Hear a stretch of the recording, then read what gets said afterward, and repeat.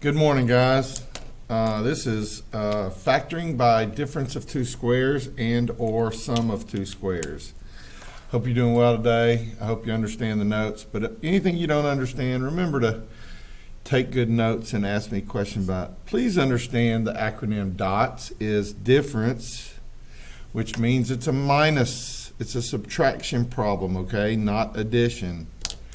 And two perfect squares. What are perfect squares, guys?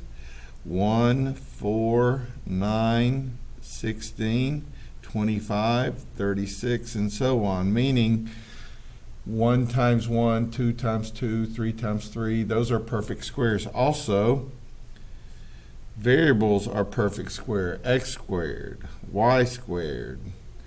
Even x to the fourth is a perfect square. Believe it or not, x to the sixth is a perfect square because x to the third times x to the third is x to the sixth. Lastly, you can combine the letters and the numbers. 36y squared is a perfect square. Think about it like this.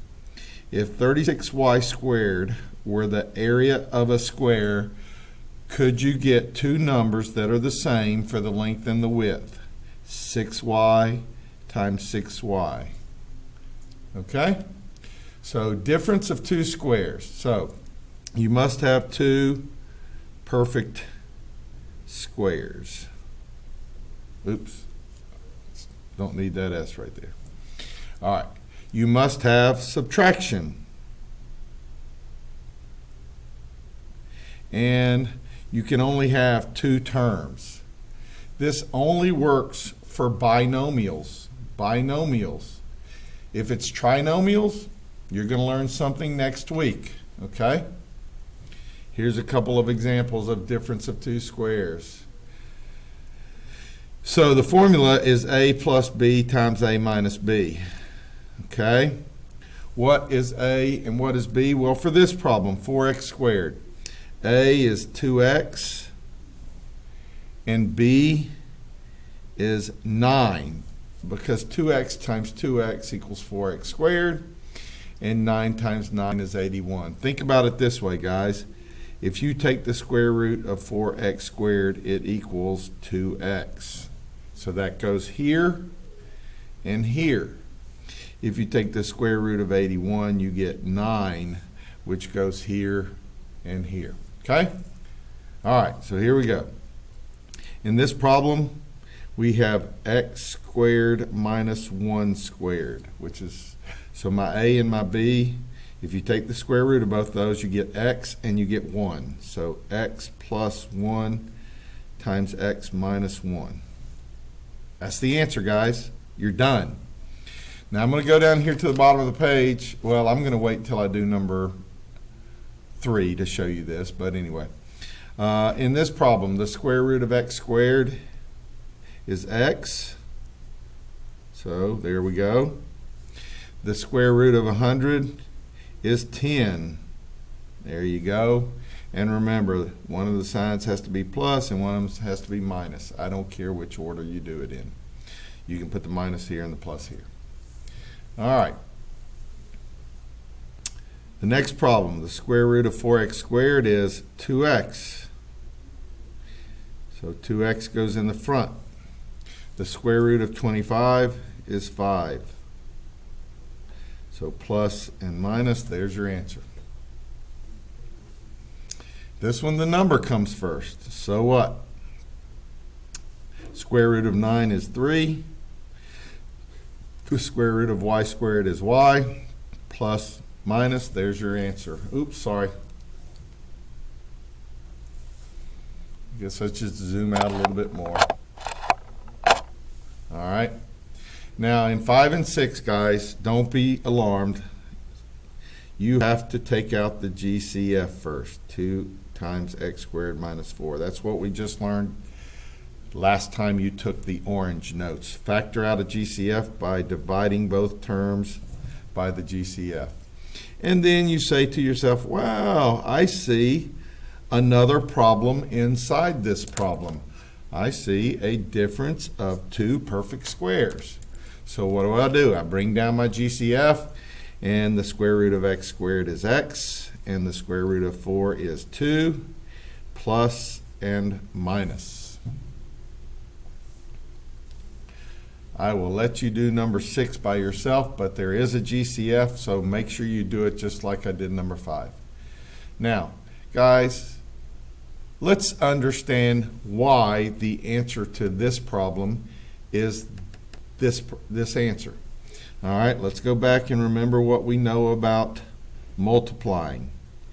If you multiply 2x plus 5 times 2x minus 5, you get 4x squared minus 10x plus 10x minus 25, which cancels out here, and it equals the original problem 4x squared minus 25, which is what we started with. So now you can see the justification for the factoring that you learned. All right, now I'm going to go over to the next page. I have already given you difference of two squares notes, so I'm not going to do notes right here, okay? I just did that with you.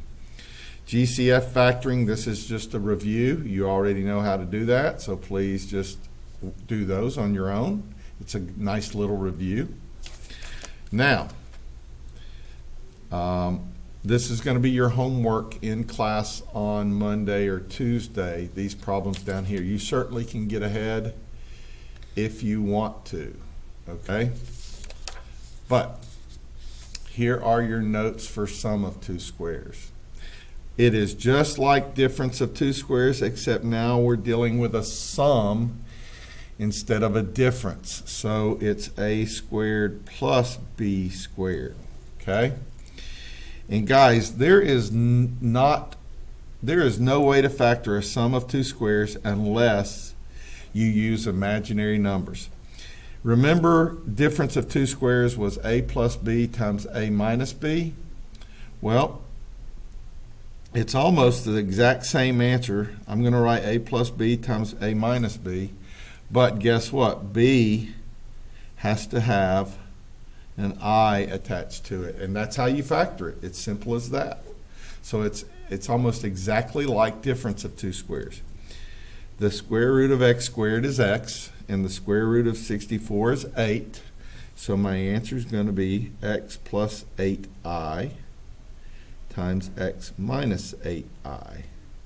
And when you get to class, I'll remind you, I will multiply this out to prove to you why this equals this up here.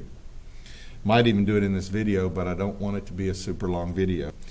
The square root of x squared is x, so I'll put that in front. The square root of 9 is 3. And oops, I forgot that I'm going to need an I, so I better make a little room here and move that 3 up a little bit. X plus 3i, x minus 3i. There you go. I'm going to do one more. Ooh, interesting. The square, no, maybe I'll do two more. The square root of x squared is x. The square root of y is y, but I need an I. X minus yi. That looks funny, doesn't it? Number 18.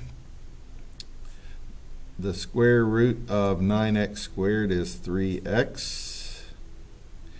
The square root of 121 is 11.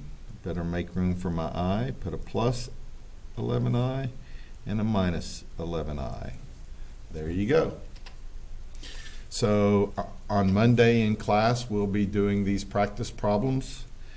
And grouping, well, that's for another day next week. Okay?